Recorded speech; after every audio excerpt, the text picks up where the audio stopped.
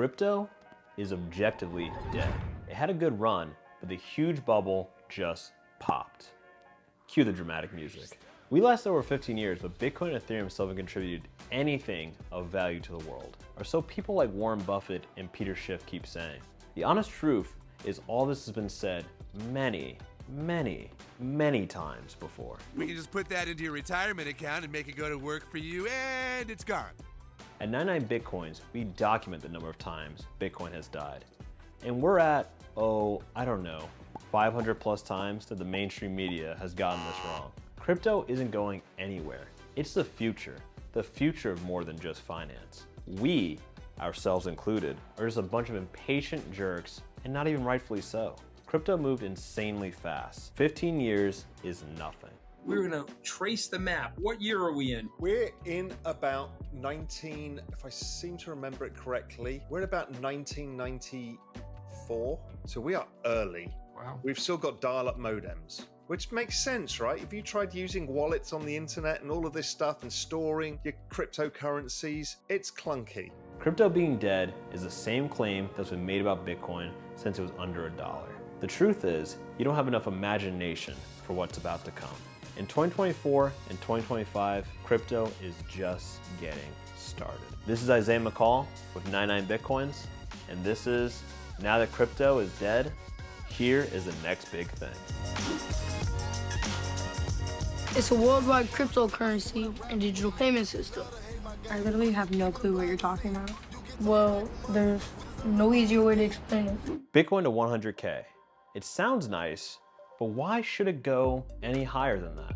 What if this is the top and the grift is over? Some say crypto hit the top in 2024 and this house of cards has toppled. They said it was done the moment that celebrities started making their own coin as a quick grift. They said it was done when 6-year-old boomers bought Doge. Literally, the shoeshine boy is handing out stock tips. So, is this the top? No, not even close. As of March 2024, over 46 million Bitcoin wallets hold at least $1 of BTC. Despite that, 460 million Bitcoin wallets existing, 90% of them are ghost towns holding little to no value. That's less than 1% of the world who own any meaningful amount of crypto. If you hold at least one Bitcoin, you're in the top 2% of all Bitcoin wallets in the world. If you hold at least 10 Bitcoin, you're in the top 0.47% of all holders. Here's what the mainstream media doesn't want to tell you. Whether you like Bitcoin or not, American wages have remained stagnant since the 1970s, shattering the hope of a thriving economy for all. People are escaping the US dollar right now, like Saudi Arabia, China, and Africa, because they see their purchasing power on fire with the dollar. There is the loss of confidence in the reserve currency, which drives people to see alternative storeholds of wealth. So, for example, when there's a debt issue, there are two ways of dealing with debt. There's hard money, traditionally backed by gold. And when that happened, then there was breakdowns in that monetary system, the valuation. The reason that crypto is great for preserving wealth is that the US dollar is factually guaranteed to lose its value every single year. It's for suckers. All it takes is one generation smart enough to realize this for everything to change. This is exactly what's happening with millennials and Gen Z, the two generations who own the most cryptocurrency. Today, 60% of millennials have more faith in the cryptocurrency markets than in the traditional markets. Crypto is a no-brainer for generations screwed by the banks. And whether you're a fan of Bitcoin, Ethereum, or not, if you hold most of your wealth in US dollars, you are a sucker. We're sorry, but there's no easier way to put it.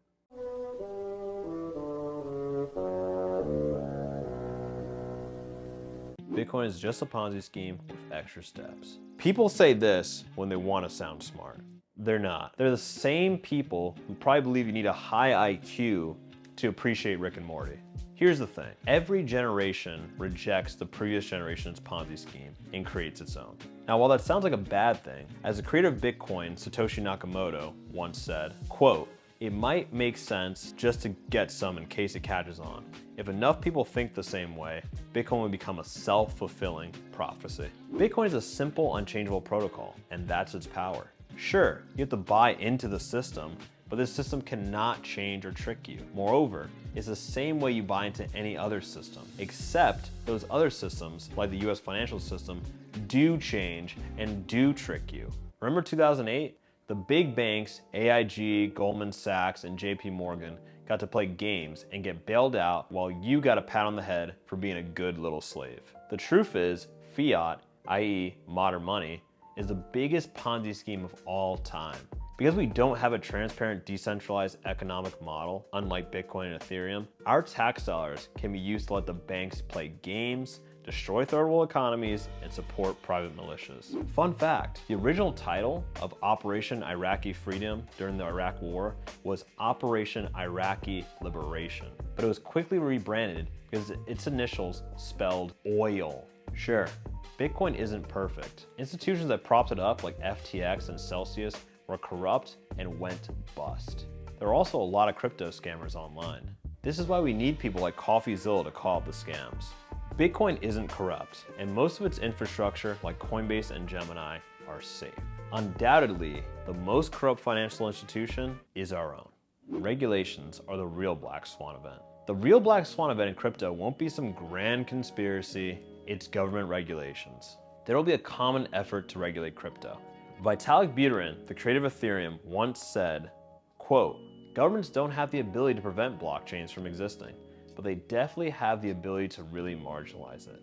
China, the US, and the EU governments are all on the same side for this, at least according to the critics. And you know what? Good. Regulate crypto. This will only legitimize it more. The upcoming 2024 election will be big for crypto in this sense. Biden hates crypto, and so does the SEC head, Gary Gensler.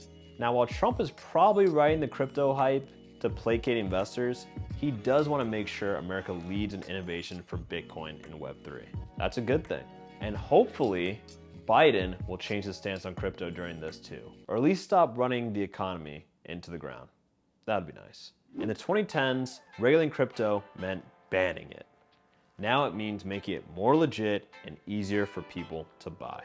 Crypto desperately needs this, following FTX, Terra Luna, and Celsius. So let's welcome it. So what's the next big thing?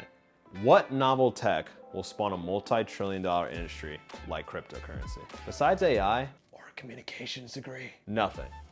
At least nothing in our lifetime. The next big thing for us at 99 Bitcoins is the dollar cost average, our profits, back into Bitcoin and Ethereum or Solana, and to stop staring at our computers for so long to see whether it's going up or down.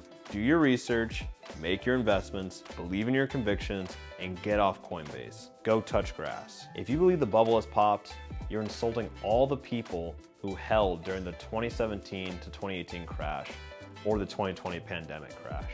Sure, maybe you timed the cycle terribly and now have to bag hold for a few months or a year before you're in profit again. That doesn't mean crypto is dead. It isn't, and it never will be. Thanks for watching. Here at 99 Bitcoins, we're the #1 hub for crypto education on the internet. So if you like that video, check out some other ones over here.